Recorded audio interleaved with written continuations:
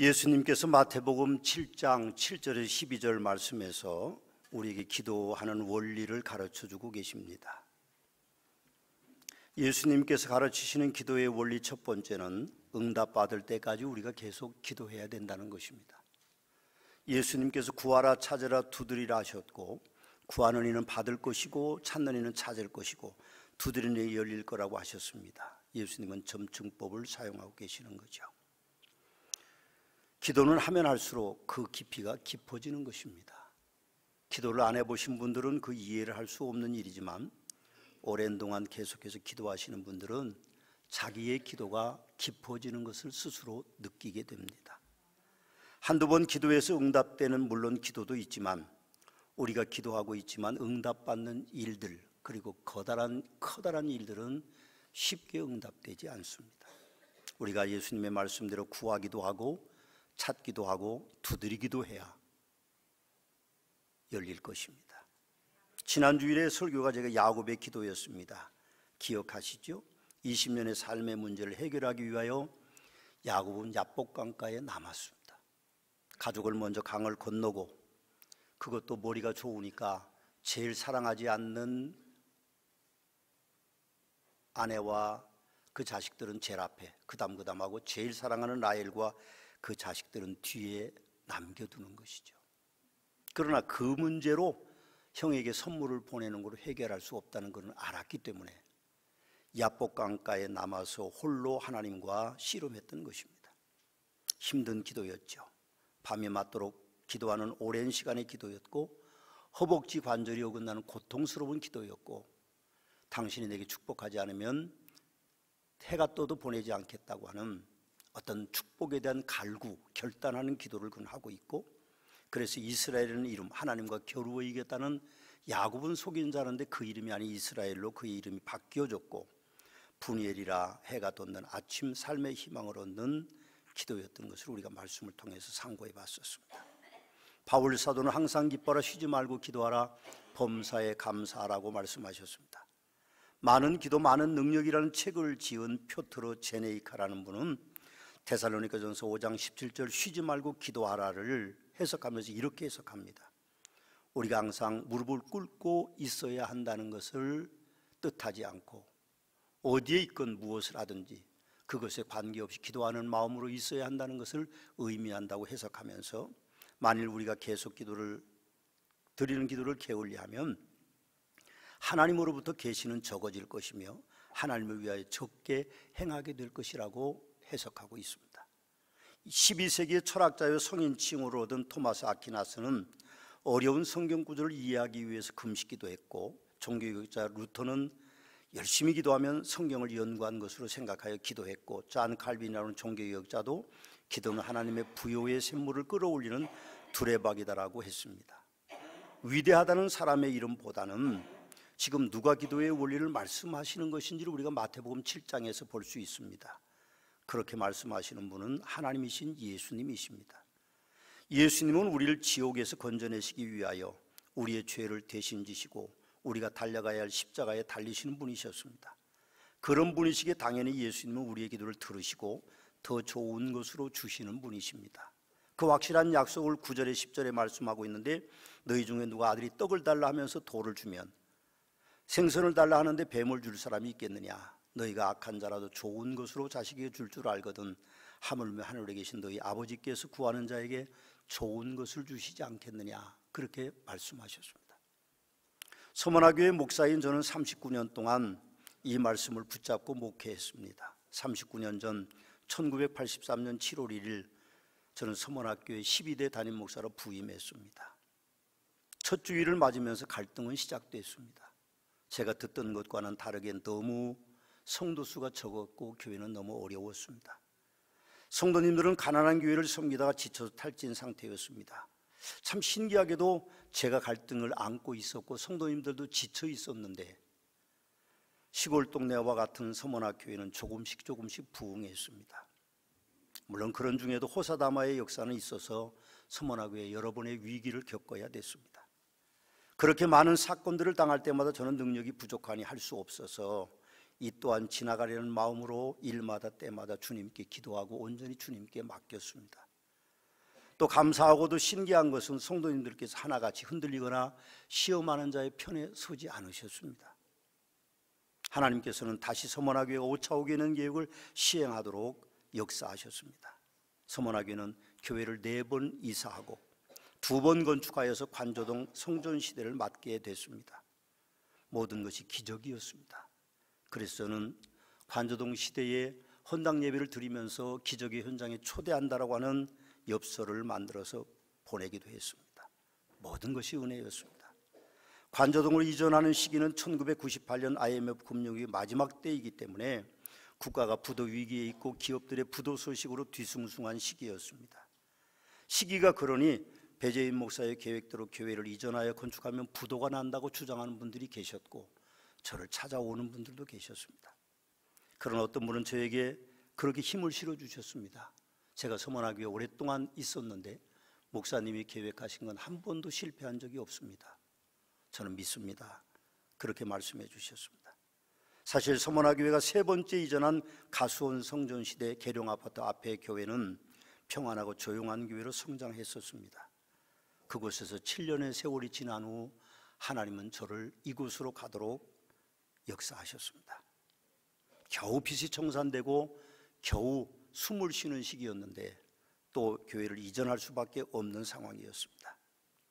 관조동 이곳에 704평의 종교용지를 저희들이 구입하도록 했습니다. 아무리 봐도 그때 당시에 인간적인 눈과 경험을 통해봐야 한다 하더라도 합리적이지 않고 객관적으로 봐도 교회에 가진 돈은 가능하지 않았습니다. 우리가 가진 돈은 땅을 사는 일도 건축에 대한 것도 5% 정도밖에는 가진 돈이 없었습니다.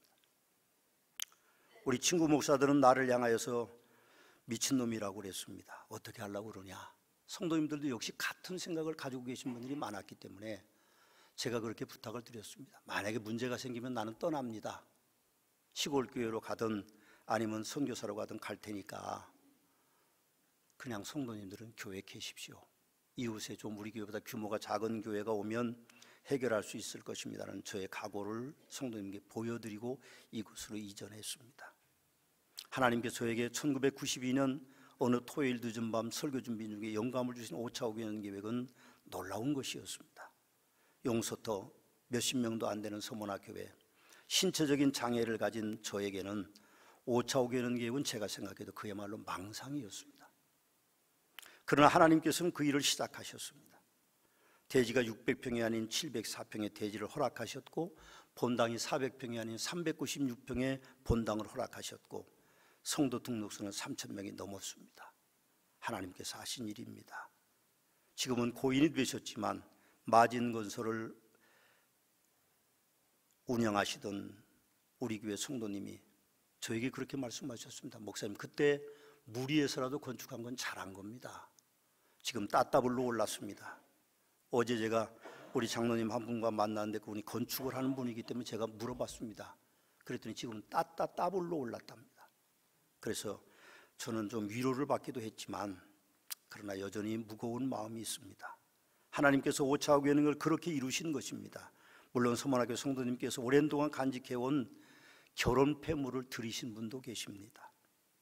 대출을 받아 헌금하신 분도 계시고 적금을 깨어드리는 분도 계시고 빚을 내어서 드린 분도 계시고 수술하여 보험 탄 것도 드리는 분도 계셨고 부업으로 귀수를 깨고 스테인드 글라스 그림을 그려서 그렇게 한 분도 계셨고 작정헌금을 수년 동안 헌금한 분도 계셨고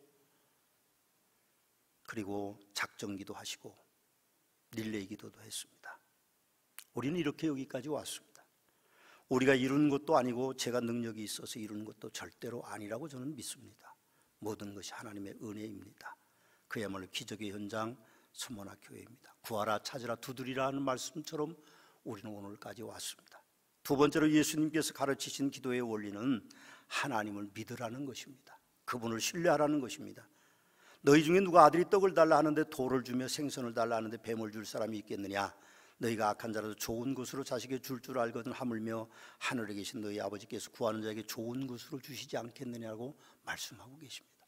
마태복음 7장은 문단의 구조를 보면 7절 8절은 기도자, 9절에 11절은 응답하시는 하나님, 12절은 기도의 응답의 조건이 기록되어 있습니다. 기도하는 자 응답하시는 하나님, 응답받는 자의 조건, 이 세 가지가 맞아야 기도가 응답되는 것이라고 주님은 가르치고 계십니다. 계속 기도하는 우리가 간과하지 말아야 될 것이 있습니다. 그것은 예수님께서 오늘 있다가 내일 아궁이에 던지는 들풀도 하나님이 이렇게 입히시거든 하물며 너희일까 보냐 믿음이 작은 자들아, 그렇게 말씀하신 것을 우리는 유념해야 될 것입니다. 예수님은 기도하는 우리를 긍휼히 여기시는 하나님이시기 때문에 우리가 무엇을 위하여 기도하든지 그분은 그분의 방법대로 응답해 주시는 분이십니다. 우리는 많은 것을 위하여 기도합니다. 그런데 말입니다, 우리가 드리는 기도가 반드시 다 옳은 것이었을까요? 저의 경험으로 봐도 분명히 그건 아닙니다. 우리는 성도라는 이름을 가졌지만 사람에게 어쩔 수 없이 하나님 앞에 독선적이 될 수도 있고 사람 앞에 독선적이 될 수도 있고 하나님 앞에 이기적인 존재가 될 수도 있고 사람 앞에 이기적인 존재가 될 수도 있습니다. 그래서 우리가 구하는 것이 다 옳다고 말할 수는 없는 것입니다. 저는 가끔 TV에서 권투 시합을 봅니다. 심판이 올라서고 양쪽의 선수를 링 중앙으로 부르고 주의사항을 줍니다. 그리고 다시 코너로 갑니다. 그런데 어떤 때는요, 코너에 가서 글러브 낀 손으로 그 코너 기둥에다 딱 대고 기도하는 사람이 있습니다. 그럼 제 마음이 저 사람이 이겼으면 좋겠다, 그런 생각이 드는데 어떤 때는 두 사람이 다 기도해요. 그럼 제가 누구를 응원해야 되지 순간 번쩍 그런 생각이 듭니다. 무승부가 나면 좋겠다. 실제로 무승부는 별로 없었던 것 같습니다. 분명한 것은 우리가 하나님 앞에 기도하면 하나님은 천사를 보내서 우리의 기도를 금 대접에 담으셔서 하늘로 올리십니다. 천국으로 올리시고 그것이 금 향로에 부어져서 연기와 함께 하나님께로 상달되게 됩니다. 분명한 것은 그 향연과 함께 올려져 드리는 그 기도가 하나님 앞에 상달될 것인데 우리가 구하는 것보다 더 좋은 것으로 응답될 것을 저는 분명하게 믿습니다. 여러분들이 그렇게 믿으셔야 기도가 재미있을 것입니다. 하나님이 어떤 분이신가요? 하나님은 우리를 사랑하시는 분이십니다. 여러분, 제가 오늘 설교를 좀 짧게 해달라는 부탁이 있어서 설교를 길게 하지 않습니다. 창세기 4장 25절 26절을 보면 하나님께서 아벨 대신 셋을 주셨고 셋은 에노스를 낳고 그럴 때 비로소 여호와 이름을 불렀다는 말이 있습니다. 모든 세대의 사람들은 누구든지 예수님의 이름을 부르면 구원을 받습니다. 마지막으로 예수님이 가르친 기도의 원리는 하나님을 잘 섬기라는 것입니다. 여러분 12절을 보십시오. 그렇게 되어 있습니다. 그러므로 무엇이든지 남에게 대접받고자 하는 대로 너희도 남을 대접하라. 이것이 율법이요 선지자니라.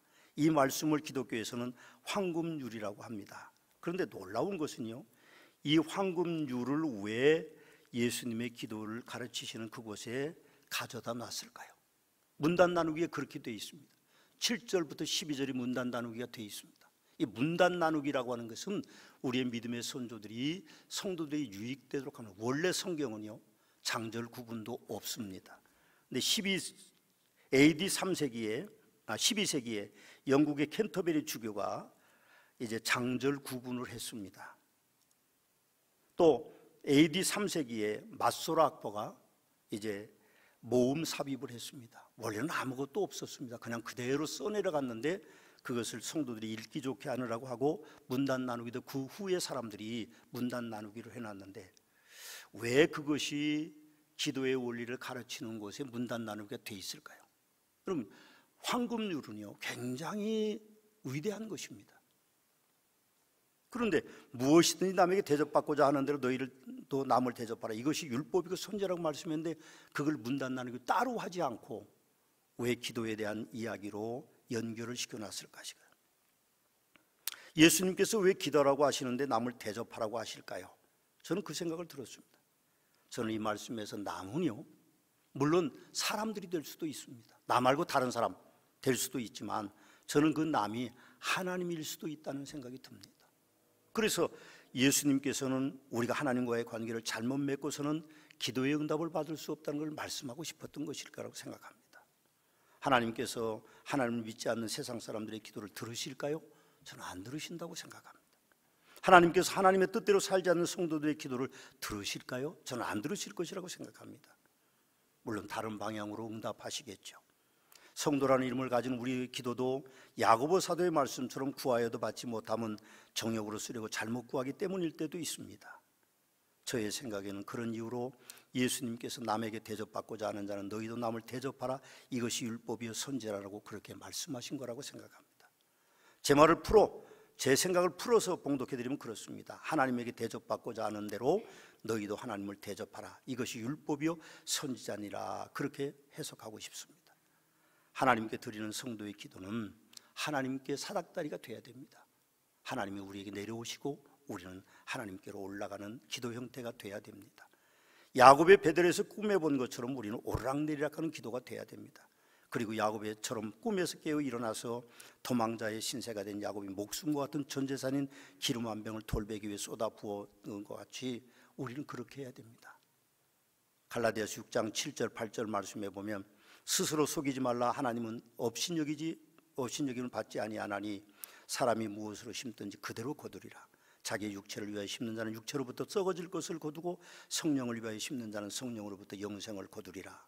신명기 30장 15절 16절에 이렇게 되어 있습니다. 한번 방송실에 좀 띄워주십시오. 보라, 내가 오늘 생명과 복과 사망과 화를 내 앞에 두었나니 곧 내가 오늘 내게 명령하여 내 하나님 여호와를 사랑하고 그 모든 길에서 행하며 그의 명령과 규례와 법도를 지키라는 것이라. 그리하면 내가 생존하며 번성할 것이요 또 내 하나님 여호와께서 내가 가서 차지할 땅에서 내게 복을 주실 것임이니라. 아멘이십니다. 같이 한번 봉독해 보실까요? 보라, 내가 오늘 생명과 복과 화망과 화를 내게 두었나니 곧 내가 오늘 내게 명령하여 내 하나님 여호와를 사랑하고 그 모든 길로 행하며 그의 명령과 규례와 법도를 지키라는 것이라. 그리하면 내가 생존하며 번성할 것이요 또 내 하나님 여호와께서 내가 가서 차지할 땅에서 내게 복을 주실 것임이니라. 아멘. 기도하면 하나님 들으시고 우리가 구하는 것보다 더 좋은 것으로 주시는 하나님이신 것을 우리는 분명하게 믿습니다. 기도합시다. 기도해서 응답받아서 축복된 삶을 살게 되시기를 주님의 이름으로 축원합니다.